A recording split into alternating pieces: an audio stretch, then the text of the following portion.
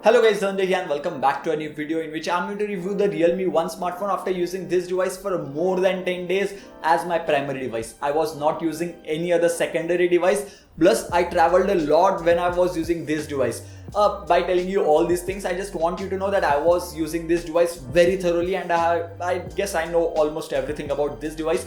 So I'll be sharing my experience as a review of Realme 1 smartphone. I'll also talk about which variant is the best to buy in this particular review video. Without further delay, let's get started.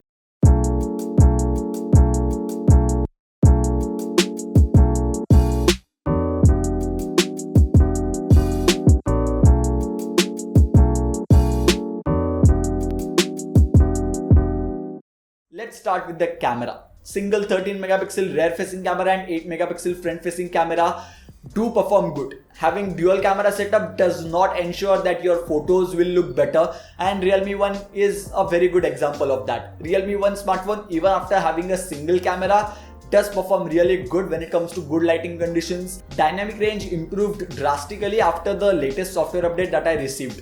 And in good lighting conditions, even selfies turned out to be pretty good. I can't really say that it's as good as the rear facing camera, but it's surely better than the Zenfone Max Pro which I had tested few days back. And if you're wondering why did I take so much time to review this device, then that's because I was waiting for that one software update which fixed the RAM management issue, or did it, and which improved the camera performance as well. Considering the price of 9,000 rupees or 11,000 rupees, I can't complain much, but considering the 6GB RAM variant will cost you 14,000 rupees, the camera performance is not as good as Redmi Note 5 Pro, which is available for 15,000 rupees. If you are confused between Redmi Note 5 Pro and Realme 1 when it comes to camera performance, Redmi Note 5 Pro is any day better as compared to Realme 1 smartphone.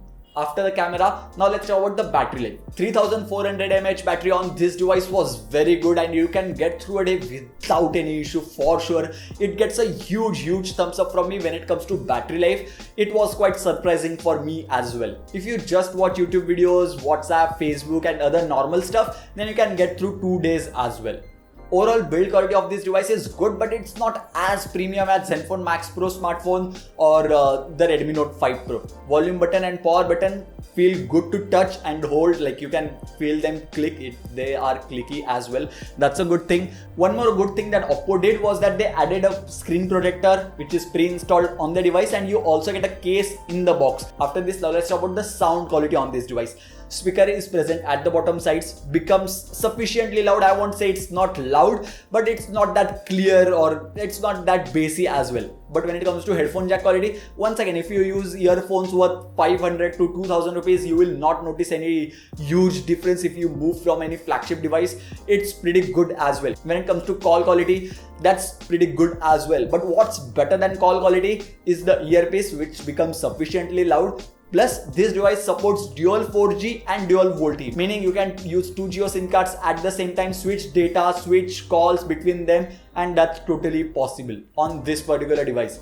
Now let's talk about specifications, because when I read about this device, when I watched reviews and everything, everyone was saying this device comes with Helio P60 processor, and everyone is claiming the Helio P60 processor to be very powerful. So much powerful that I thought that it will perform similar to Redmi Note 5 Pro. As I told earlier that I have the 3GB RAM variant and my hopes were broken. The device does not perform very good. It performs very good considering the price of 9,000 rupees, but as everyone is portraying the performance to be like mind-boggling or something like that, I did not feel that, frankly speaking, and I have been using this device as my primary device, and I felt like the performance was similar to Snapdragon 450 or Snapdragon 625. Before you start judging me or before you dislike this video, let me tell you why I felt that. That's because of the 3GB RAM which is present on this device. I feel like 3GB RAM is like a bottleneck for the Helio P60 processor, or maybe the software is not that optimized. I got one software update which did improve the performance of this device. I would any day recommend you to go with the 4GB RAM variant of this device instead of 3GB RAM. Now if I open 5 applications right now, and if I show you by multitasking those 5 applications that all of them are running, they will work for sure. But as I use this device thoroughly, I realized that when you keep the device idle for a few hours and when you go back to that third application that you opened, the application reloads after a few hours. And that's where the software optimization or not so good RAM management come into play. Helio P60 processor performs fantastic in gaming. If you have the budget of 10,000 rupees, this is the device to go for with 3GB RAM, considering they have game acceleration mode and all those stuff which will remove everything from RAM, and gaming performance was very good. I have no complaints here, but considering the budget of 14,000 rupees with the 6GB RAM variant, I would suggest you to go with the Redmi Note 5 Pro. I'll compare it with the Redmi Note 5 Pro as well at the end of this video. So just to clarify in one sentence, for the price of 9,000 rupees, the performance of this device is totally fine. Should not worry about that. Worth the money basically. Now if you view the device from back side or front side, no fingerprint sensor because this device comes with face unlock.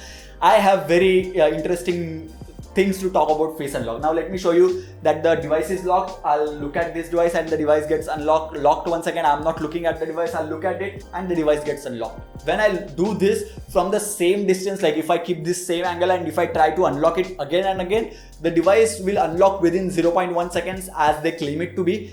But when you use the device regularly for 10 days, then you realize the limitations of face unlock. But if you are moving from a device which has fingerprint sensor to a device which doesn't have one, you will miss it for first 5 days at least. I did miss it and I was doing like this for first 5 days because I moved from OnePlus 6 to this device. But there is one good thing. If I keep the device like this and if I raise it, then the device wakes up and searches for my face and unlocks automatically. That's a very good feature.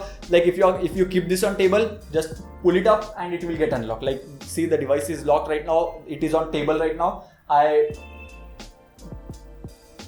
So face unlock feature is good, but when you use it outdoors, when you use it while you are sleeping, when the lights are completely turned off, or when there is something really bright in the back, the face unlock feature doesn't always work. Let's assume I tried it 100 times in a day. It works 80 times without any issue, like it unlocks directly.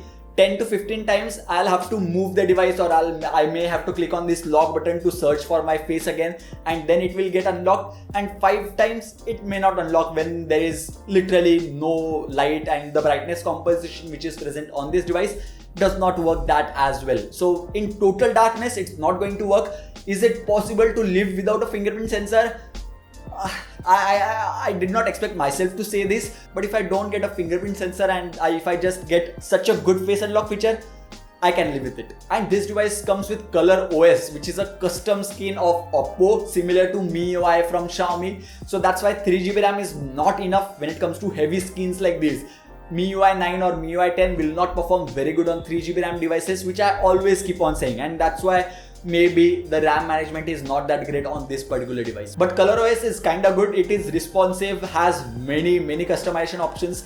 If you are someone who loves customization, this can be a good device for you as well. Themes option is present, which will allow you to theme your device according to your need. Then you can have network speed bar and things like that. Many things are present, and it's customizable up to a very high level as compared to a stock Android device like Zenfone Max Pro M1. Overall, I am happy with the software as well. I just hope that performance gets better after a few software updates. Having a MediaTek processor in your device is not necessarily a bad thing, but if you are someone who loves to root their device, install custom ROM, then that can be an issue because they do not release kernel sources, and without kernel sources, it's not easy to build custom ROMs for a device.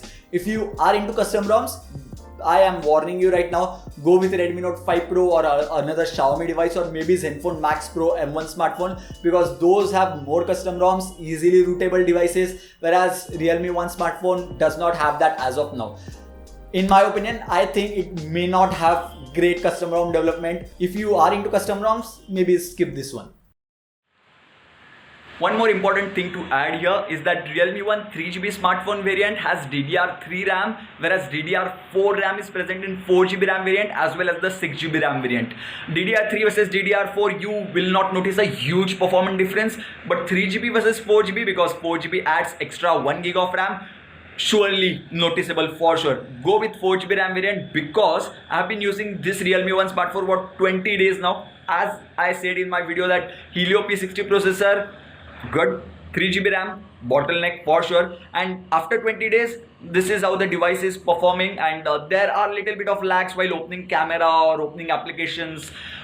Quick switch doesn't work that powerful now anymore. When I started using the device in early days, it was working pretty good, but now it doesn't. That's because 3GB RAM variant is not that great in my opinion. Not only that, when it comes to 9,000 rupees, I should not complain much, right? But then there is Redmi 5, which has more optimized software, and Redmi 5 does perform better when it comes to day-to-day life performance as compared to Realme 1 smartphone, in my opinion, after using it for 20 days. Even Honor 7C doesn't come any close. It's worse than Redmi 5. So I would rather go with Redmi 5 if you need a very good performance, or Redmi Y2 or any other device for that matter. But don't buy the 3GB RAM variant is going to be my advice for sure. Like, go with 4GB RAM variant or 6GB RAM variant, or maybe some other device which I mentioned in this video. So yeah. But that's pretty much it for my review of the Realme 1 smartphone. Let me compare this device to few other smartphones which are present in the similar price range. Should you buy Realme 1 or Redmi Note 5 Pro? This is not a good question. Go with the Redmi Note 5 Pro. It's better overall as a device, as well as in camera department. It performs or excels Realme 1 smartphone. Plus battery life is better. Fingerprint sensor is present on this device, and that device also has a better display. When it comes to Zenfone Max Pro M1 smartphone, after the latest software update, even the Max Pro has become better. If you need stock Android experience, go with the Max Pro. If you need color OS, or if you are okay with a custom skin, then go with this one. Plus, Zenfone Max Pro is available on flash sales, meaning it will be very difficult to buy that smartphone. If you need a smartphone immediately, I don't see anything wrong in going with the Realme 1 smartphone, which is linked in the description box below. If you enjoyed this video, don't forget to give this video a huge thumbs up. If you still have any more doubts, suggestions or queries regarding this device, which is Realme 1 smartphone, do let me know about that in the comment section box below. And by the way, guys, if you want to buy this device, the link is present in the description box below. Do buy from that link, as it helps out the channel as well. If you have not subscribed to the channel yet, then click on my face right now and get subscribed, because many more awesome videos like this are going to come real soon on the channel. Why did I move? I just moved to show you guys that there is a light which is throwing up. Did it look good? Let me know about that in the comment section box below as well. So yeah, thank you guys. Thank you for watching.